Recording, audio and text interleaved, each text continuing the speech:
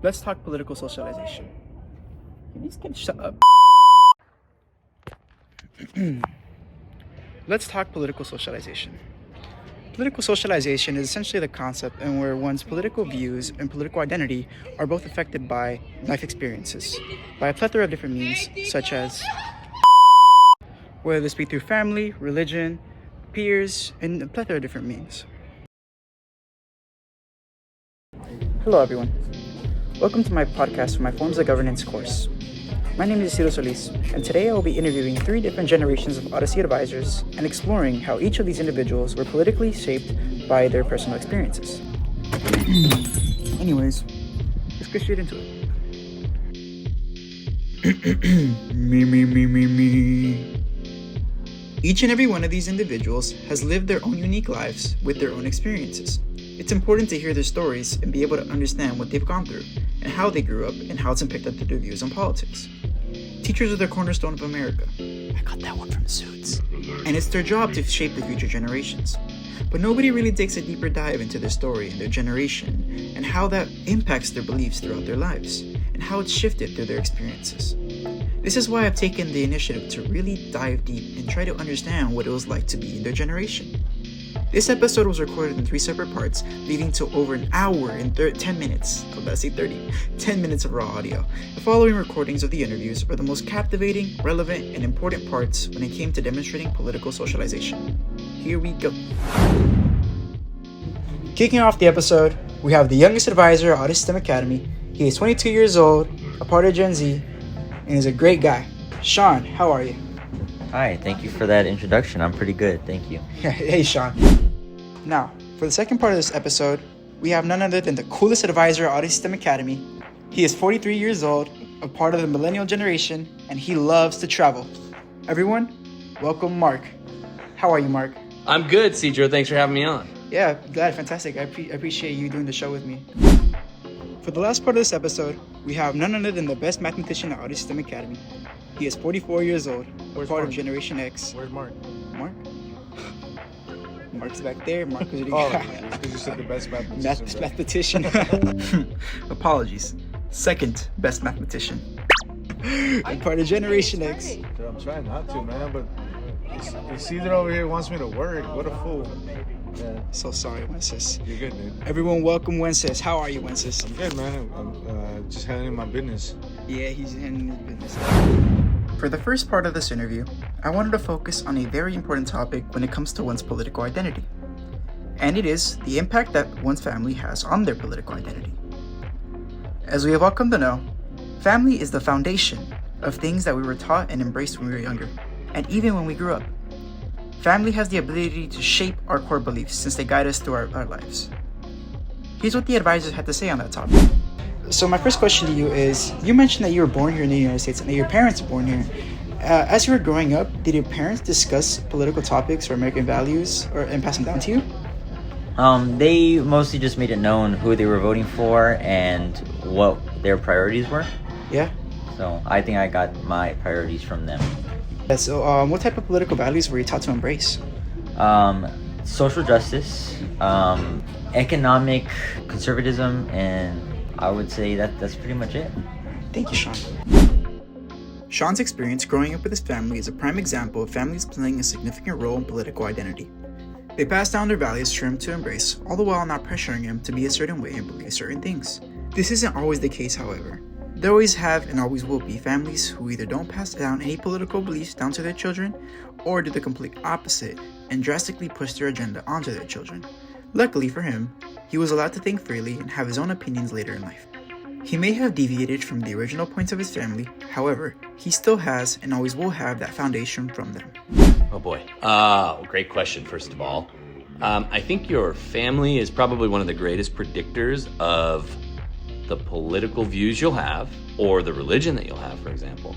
Right? Most people are the religion that they are because their family is that religion. So I think that just in general, you're going to see a strong correlation between what you are raised in and how you believe.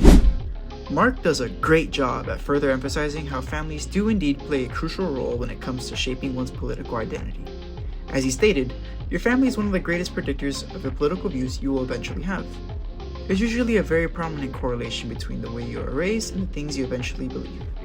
Families are often the first environment where people are exposed to political ideas. Children may be molded by their parents' political ideologies if politics are discussed at home, and a child might adopt their parents' political ideologies. As Sean had previously provided an example of, families often install core values and beliefs tailored to their history and beliefs. A family's socioeconomic status might also shape one's political identity, such as if a working lower-class family were to favor and discuss policies that benefit labor, meanwhile a richer-class family might want to push out favors towards tax policies, ultimately influencing the individuals living in the household, aka the children.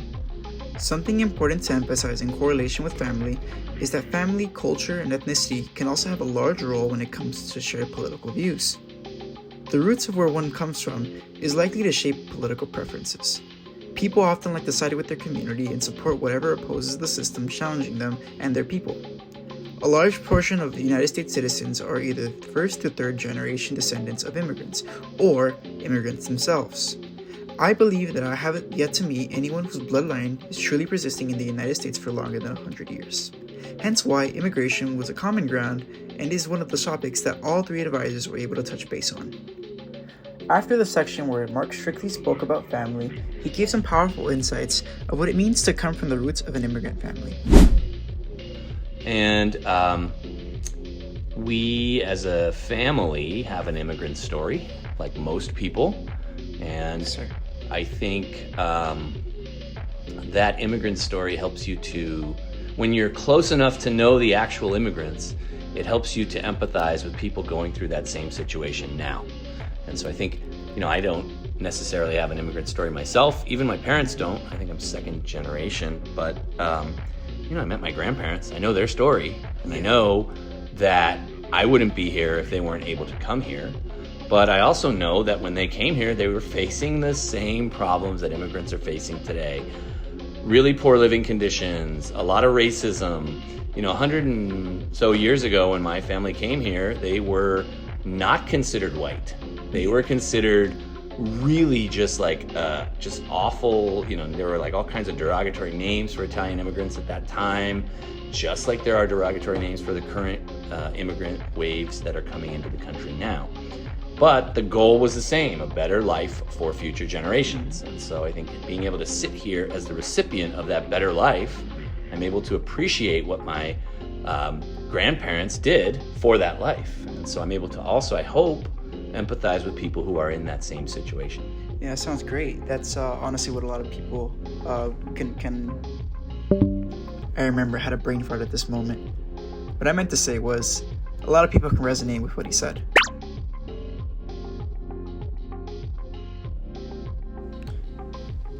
Mark's elaboration and input really stuck with me.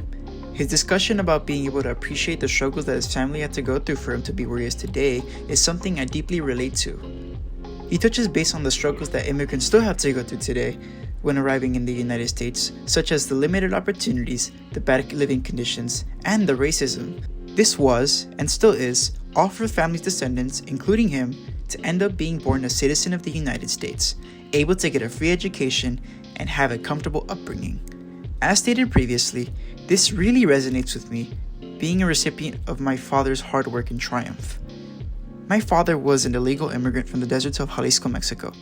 He was born and raised with 8 siblings who were all malnourished and worked extremely hard every single day to help each other survive their harsh conditions. He had nothing. No opportunities were handed to him. He truly had to fight hard. And one day, he and his family decided to make the monumental decision of moving to the United States. He was able, through much sacrifice, to give my sister and I a comfortable life where we never have to go hungry like he had to, never had to drop out of school because of lack of funds like he had to, and not needing to go to work like he had to. He worked so hard for me to have these opportunities, which is why I will forever always be in my father's debt. Taking all this into consideration, I think it's a perfect time to allow Wences to speak on his personal experience. Wences has a story of hardship and difficulty which I believe could resonate with my father about. Wences was an illegal immigrant in the United States, which separates him from both of the advisors I had interviewed already. Let's hear him out. Just diving right straight into it, I just want to discuss the topic of immigration. Awesome. you mentioned to me how you yourself immigrated to the United States. Can you Yes. tell me a little bit more about your journey, how that influenced your stance on immigration? Yeah, so I came here several times, but the first time was around when I was 1 or 2 years old. And then I was illegal up until like 8, 9 years old. I became a resident through a program through the county. And then I didn't become a citizen until I was 18 in college at UC Irvine. I did my naturalization then so that my parents could be citizens as well. But my experience, Yeah. it was horrible, man. We came here because there was no work. My dad came here right when I was born. He was away from us for like a year or two. Yeah. And my mom and I stayed back there. My mother used to help in the tobacco fields when I was born. And then I was raised by the dirt in Mexico. I was born in Nayarit. Yeah.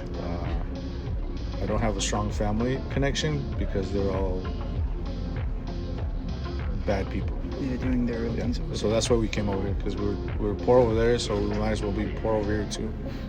You know? Yeah, I've learned a lot about my family history, and, Yeah. and a lot of people that can Yeah, resonate yeah. with that. So I came here. I jumped the fence. I went through tunnels. Yeah. All that good stuff. How has that impacted your views on immigration as a whole? Like, not just legal immigration, illegal immigration, and I'm more liberal with that stuff, especially because after doing history, learning the history of the country and learning the history of my country, yeah, I'm more liberal with that. I don't believe in boundaries like that. I don't think that for economic reasons that we should limit people from coming to this country. yeah, So I'm a lot more liberal than most people when it comes to immigration. I believe that if you're able to move, you should move. Wences knows the struggles of being an illegal immigrant in the United States firsthand. He expressed how hard it was for him, having long periods of time away from his immediate family, and the struggles of the back and forth of going to the United States and leaving back to Mexico periodically. That, alongside the fact that he cut ties with his outer family due to them being bad people, makes it a recipe for disaster.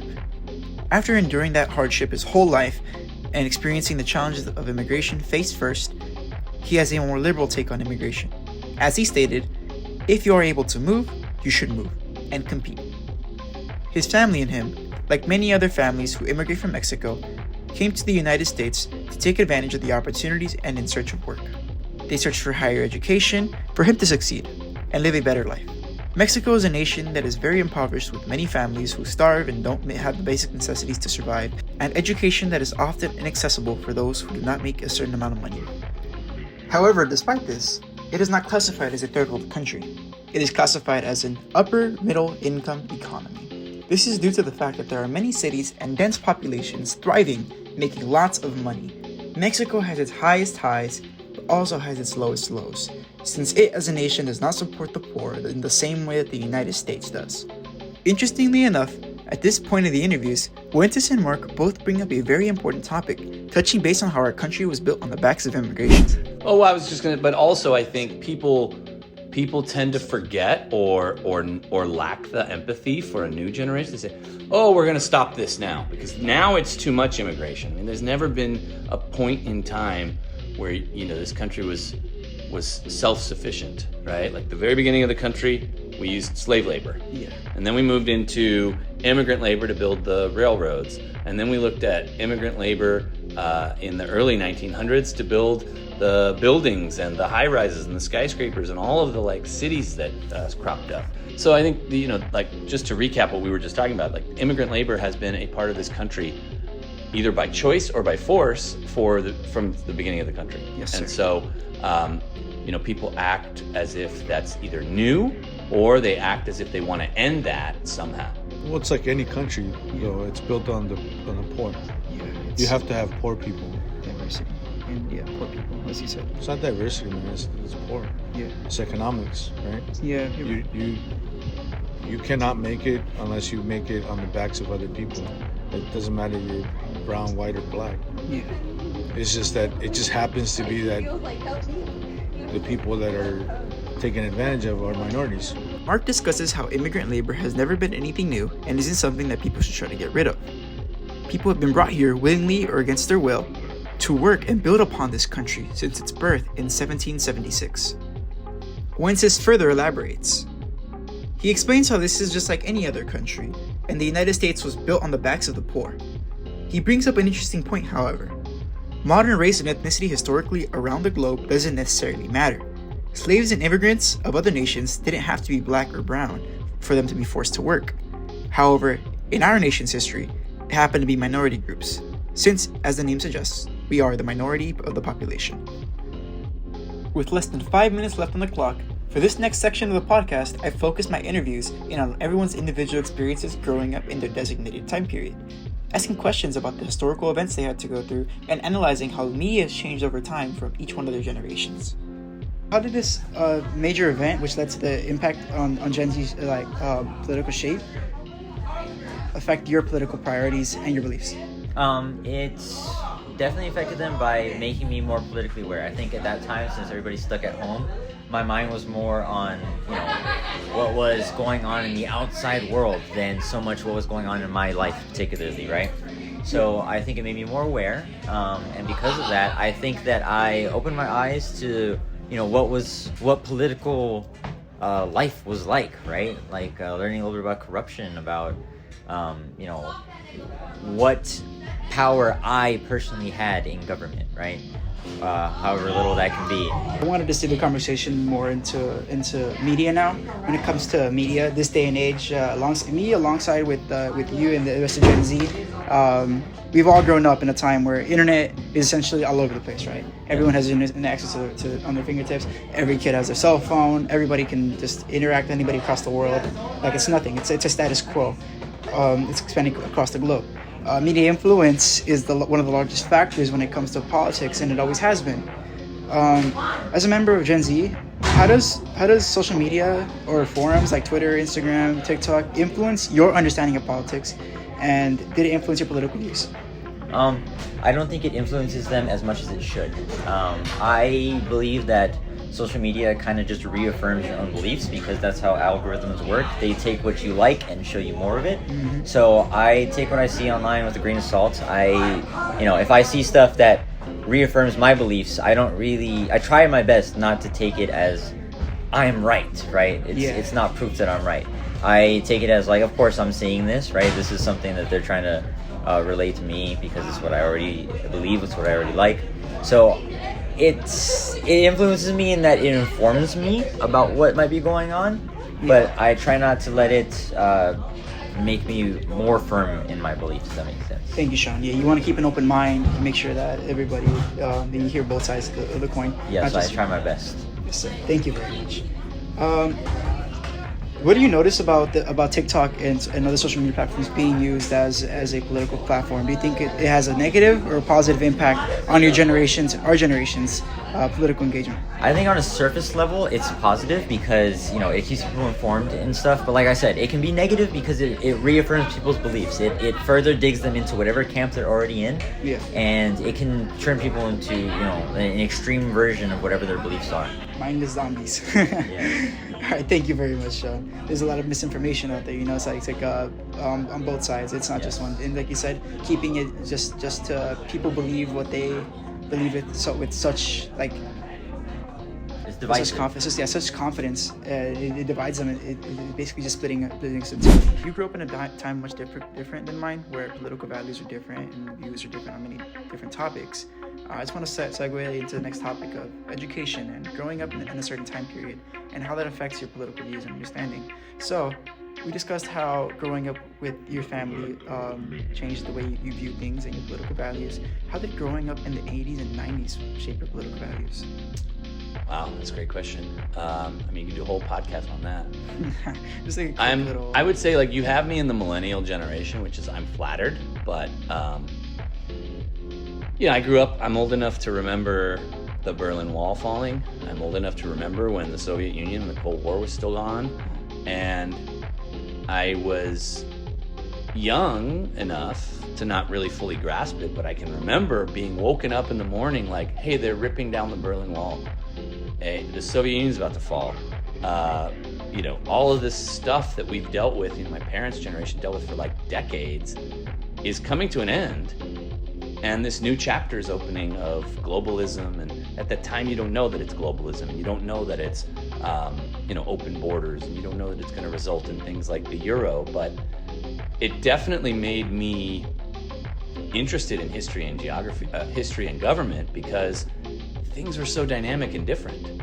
I feel like it's kind of boring if you're living in the Cold War, because it's like more of the same. And in a way, it's similar. Like right now, right? We're living in this like what's the biggest issue right now? I don't even know. It's like, right? Like you could go back 4 years ago and I could tell you the biggest issues: Black Lives Matter, COVID, the downturn in the economy related to that. But right now, we're in this I don't know, things have kind of just been like rolling for the last 20 years or so. There hasn't been like a major conflict that we've been in. I think we paused again. Why does he keep doing that? I gotta keep taking a look at this real quick. I don't even know why it does that. It's like every 3 minutes it starts. Yeah, well, then we'll keep an eye on it. Yeah. I think that was such a dynamic time, right? So let's cut it back, right? It was such a dynamic time politically, and with countries falling and being, coming back to the way they were before the Cold War, and that interested me, a young me, and pushed me into some of the things that I became interested in the late 90s and early 2000s. Now it's just a little stagnant, right? It is a little stagnant right now, I think. Nothing really correlates. Which is good, Yeah. right? Like, I think it's easy to say, like, well, we want a dynamic change of everything. I think videos are important and have a place, yeah. But reading the news, it takes so much more work to research something for a written piece. Yeah. It's social media. It's all social media. Here's this is what Trump did, this is what... Yeah, but you'll never see outside of the algorithm that you've got, been curated for. And so that's where I'm very skeptical of social media in general. But and that's not new, right? There were always, like, when newspapers existed, there was a liberal paper in town and a more conservative paper in town. There was a Washington Times and a Washington Post, and you would subscribe to the one that was more in line with your political views. But that's so far from where we are now, where everything can be hyper curated, and the way you interact with one thing interacts you with the next thing and the next thing, and you start falling into this like choose your own adventure of news.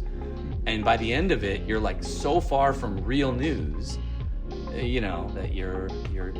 the ultimate irony is that you start calling things fake news that weren't fake news, and then fake news starts becoming real news for people, and it's just the irony of it all.